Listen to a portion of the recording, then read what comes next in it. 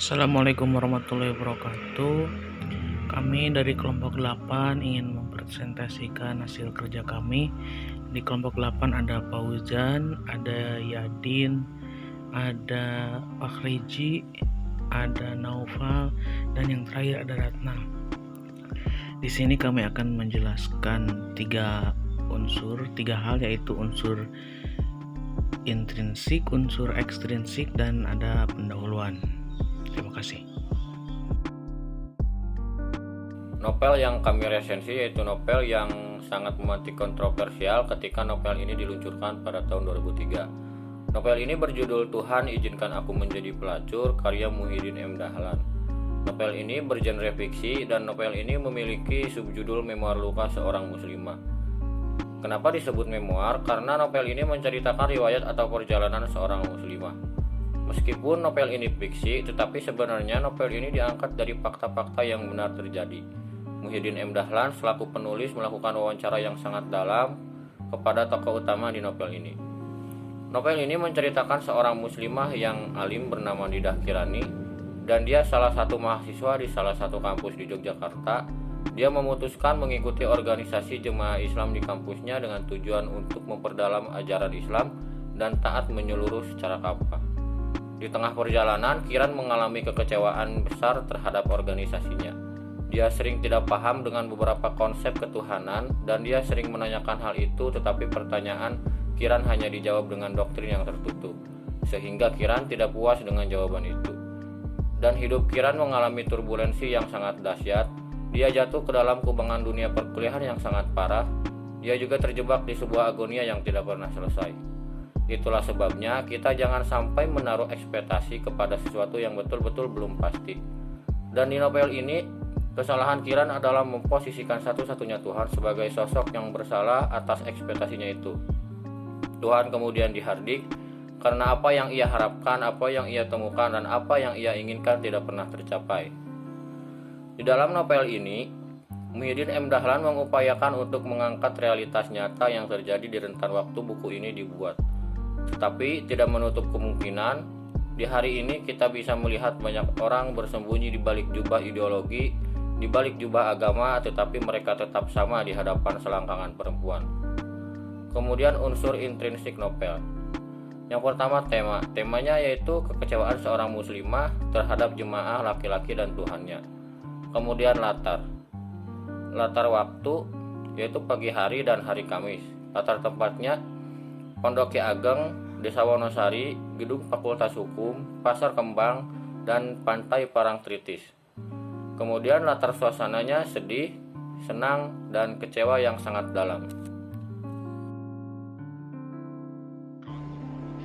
Baik, di sini saya akan melanjutkan sebuah pemaparan materi dari novel Tuhan Izinkan Aku Menjadi Pelacur, karya Muhyiddin M. Dahlan.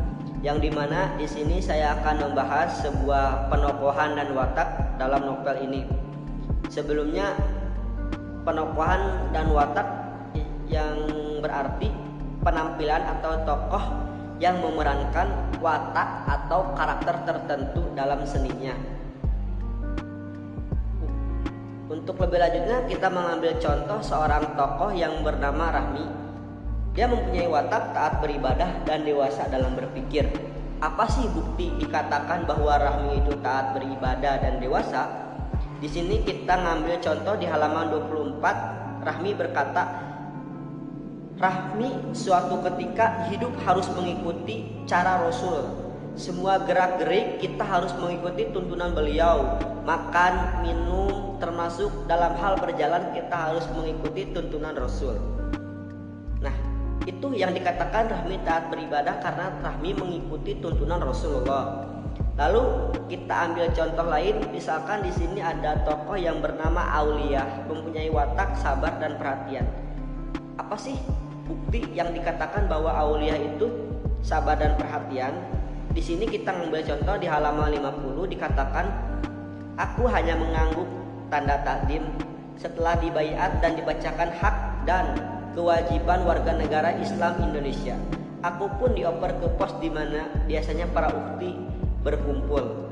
Jadi seorang tokoh Aulia ini sangat sabar dan perhatian bahwa ketika dia dipindahkan dari pos 1 ke pos di mana para uhdi berkumpul, dia mau. Mungkin sekian pemaparan materi yang dapat saya sampaikan. Dilanjutkan oleh teman saya. Perkenalkan, nama saya Ratnasari Dewi. Saya di sini akan menjelaskan mengenai alur. Alur dalam novel Tuhan Izinkan Aku Menjadi Pelacur adalah alur maju, yaitu tokoh utama bertemu dengan teman-temannya yang berada di pesantren. Kemudian, tokoh utama mengikuti organisasi, akan tetapi ia sangat kecewa karena setiap ia bertanya selalu dijawab dengan dogma yang tertutup. Akhirnya tokoh utama terjerumus ke dalam dunia malam, hingga tokoh utama memutuskan untuk menjadi seorang pelacur eksekutif. Lalu, dalam pendahuluan, tokoh utama bertemu dengan teman-temannya di pesantren dan di kampusnya. Dan ia berkata, "Aku pun menuju sekretariat Dewan Mahasiswa. Beberapa orang kutemui di sana, 3 lelaki dan 1 orang muslimah. Kuutarakan maksudku ingin membuat sebuah forum kajian yang membahas mengenai masalah-masalah keislaman dalam buku halaman 32. Dalam permasalahan, tokoh utama mengikuti organisasi, tetapi selama mengikuti organisasi, apa yang dia pertanyakan tidak pernah ia dapatkan jawaban yang sangat tepat. Dan Ukti Salimah hanya diam dan meninggalkanku di ruang depan. Ya Allah, sampai beginikah perjuangan suci dan sangat subversif ini?" Dalam buku halaman 66. Lalu dalam konflik, tokoh utama mengalami kegagalan dalam mengikuti organisasi dan akhirnya ia marah kepada Tuhannya. "Lalu bagaimana aku bisa meyakini Tuhan yang menyiksa begini? Yang tidak bisa kupikir, hanya aku dipaksa-paksa untuk bersabar, dan terus bersabar, entah sampai kapan batasnya." Dalam buku halaman 100. Dalam klimaks, tokoh utama terjerumus ke dalam dunia malam dan dia melampiaskan segala frustasinya dengan free sex dan mengkonsumsi obat-obatan terlarang. Di tengah badai seks yang menggulung separuh pandang hidupku, sisa-sisa ingatanku akan Tuhan terus-menerus mencuri masuk yang membuatku sering dalam kondisi ambang. Kerap kali aku kosong. Dalam buku halaman 167. Dalam penyelesaian, tokoh utama memutuskan untuk menjadi seorang pelacur eksekutif. Dan dengan duniaku yang baru, dunia pelacuran, aku sudah pamit baik-baik dengan Tuhan. Tapi jawaban tak juga bersahut. Suara Tuhan seakan lenyap dari cakrawala kesadaranku. Dalam buku halaman 232. Lalu gaya bahasa dalam novel ini sangat sulit dipahami. Diksinya kadang tidak bisa dijumpai di kamus atau sumber yang lainnya, tetapi peristiwa yang diceritakan mudah digambarkan dan dibayangkan karena bersifat kronologis dan latar tempatnya terpusat di daerah Yogyakarta dan memudahkan kita masuk ke dalam ceritanya. Terima kasih. Assalamualaikum warahmatullahi wabarakatuh. Perkenalkan, nama saya Naufal Jundi Syauki dengan NIM 511101117. Yang selanjutnya ada amanat, yaitu dimana hidup Kirani bisa membuat si pembaca membuka wawasan selebar-lebarnya tentang dinamika pemikiran pembaca itu sendiri, sekaligus juga mengajarkan kepada kita untuk tidak berlebihan dalam menjalankan ibadah seperti yang dialami Kirani di novel tersebut. Kirani menganggap dirinya yang paling sempurna ketika beribadah, dan tentunya ketika kita beribadah pun seharusnya kita ikhlas dalam melaksanakan ibadah tersebut, dalam melaksanakan beragama tersebut. Untuk apa? Untuk tidak menerima kekecewaan yang berlebih gitu. Lalu juga melalui dosa kita belajar untuk dewasa. Lalu yang terakhir ada sudut pandang. Dari sudut pandang novel ini adalah sudut pandang orang pertama atau orang tunggal, karena tokoh utama mengisahkan dirinya sendiri tindakan dan kejadian di sekitarnya.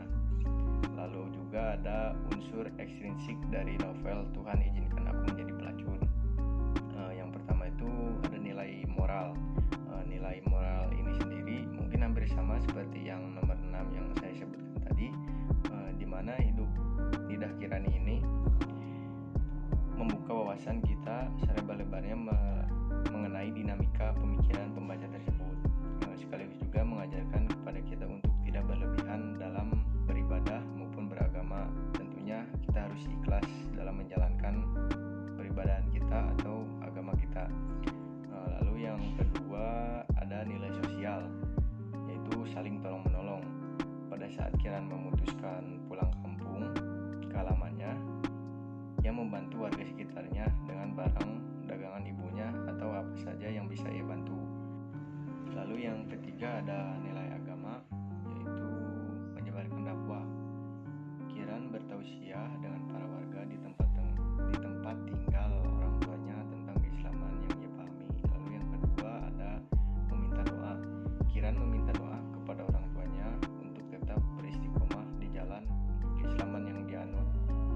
Yang ketiga, yang terakhir, akhlak kepada Allah. Pada permulaan petualangan tokoh Nidah Kirani dalam setiap mengambil keputusan, ia selalu berakhlak kepada Allah untuk tetap tunduk atas apapun yang terjadi. Ketundukan tersebut dapat diungkapkan dari tata cara, tingkah laku maupun perkataannya. Sebagaimana kutipan tersebut, yaitu, "Ya Allah, singkapkan wajahmu kepada hamba dalam tirai senyap malam yang bergemintang dan bercahaya." Bukti kutipan tersebut terdapat dalam halaman 41. Lalu juga ada kutipan lagi, "Ya Allah, kalau memang ini kebenaran, berilah ketetapan ke hatiku. Aku yakin seyakin-yakinnya, ya Allah, bahwa hukum-hukum Islam itu harus ditegakkan demi tegaknya ayat-ayat-Mu." Nah, kutipan tersebut juga terdapat pada halaman 42. Mungkin cukup sekian pembahasan dari saya. Terima kasih. Assalamualaikum warahmatullahi wabarakatuh. Assalamualaikum warahmatullahi wabarakatuh. Nama saya Fauzan Ali Febrian dengan NIM 51112011101. Di sini saya akan menjelaskan sedikit tentang penulis novel Tuhan Izinkan Aku Menjadi Pelacur. Nah, penulis novel ini adalah Muhyiddin M. Dahlan. Ia adalah anak muda yang berani berikrar bahwa menulis adalah pilihan hidupnya. Ia lahir di Donggala, Sulawesi Tengah pada tahun 1978 dan ia memutuskan hijrah dari Sulawesi ke Yogyakarta untuk meneruskan pendidikannya. Nah, peran aktif di Pelajar Islam Indonesia (PEII), Pergerakan Mahasiswa Islam Indonesia (PMII), dan Himpunan Mahasiswa Islam atau HMI. Meskipun gagal kuliah di Universitas Negeri Yogyakarta jurusan Teknik Bangunan dan IAIN Sunan Kalijaga Yogyakarta jurusan Sejarah Peradaban Islam, membuatnya harus mengganti orientasi hidupnya. Akhirnya keterampilan menulis artikel maupun resensi buku di sejumlah media massa membuatnya bisa untuk mempertahankan hidup atau untuk sekedar membeli buku. Secara terus terang, ketika pertama kali menulis untuk buletin di organisasinya, Pelajar Islam Indonesia atau PII, Muhyiddin hanya memindahkan tulisan orang lain, seperti penulis pemula lainnya. Saat tulisan dimuat, ia sangat bangga. Beberapa istilah yang sebenarnya tidak dimengerti pun menghiasi tulisannya sebagai bentuk gagah-gagahan. Aktivitas dan energi menulis Muhyiddin terus bergelora hingga saat kuliah di Yogyakarta. Cinta dan komitmennya kepada tulis-menulis dan buku menjadikan Muhyiddin sangat kuat untuk menahan lapar dan derita. Anak pelaut yang cukup pintar nekat pergi ke kota dan berproses dengan pergulatan kehidupan kota pelajar, gagal menjadi sarjana, dan menemukan buku sebagai pelabuhan hidupnya. Maka ia pun bergumul dengan buku sejadinya hingga lahir anak-anak mengagumkan yang selalu menjadi kembang perbincangan di dunia buku. Selain novel Tuhan Izinkan Aku Menjadi Pelacur ini, Muhyiddin telah menciptakan beberapa novel, antaranya Mencari Cinta pada tahun 2002, Di Langit Ada Cinta pada tahun 2003, Terbang Bersama Cinta pada tahun 2003, dan namanya mulai diperhitungkan ketika ia memilih judul yang menobrak, yaitu Tuhan Izinkan Aku Menjadi Pelacur pada tahun 2003.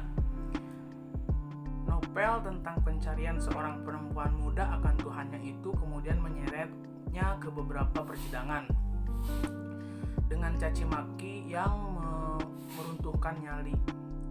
Buku itu dibakar sekelompok ormas Islam dan dilarang untuk beredar. Nah, Muhyiddin sendiri sebenarnya adalah alumni dari komunitas yang sangat membenci Pancasila dan menganggap membom gereja adalah sebuah prestasi. Tapi ia berhasil memerdekakan diri dari belenggu indoktrinasi semacam itu. Lalu ada pendapat mengenai novel. Novel ini bagus untuk dibaca dan mungkin untuk sampulnya sendiri cukup kontroversial.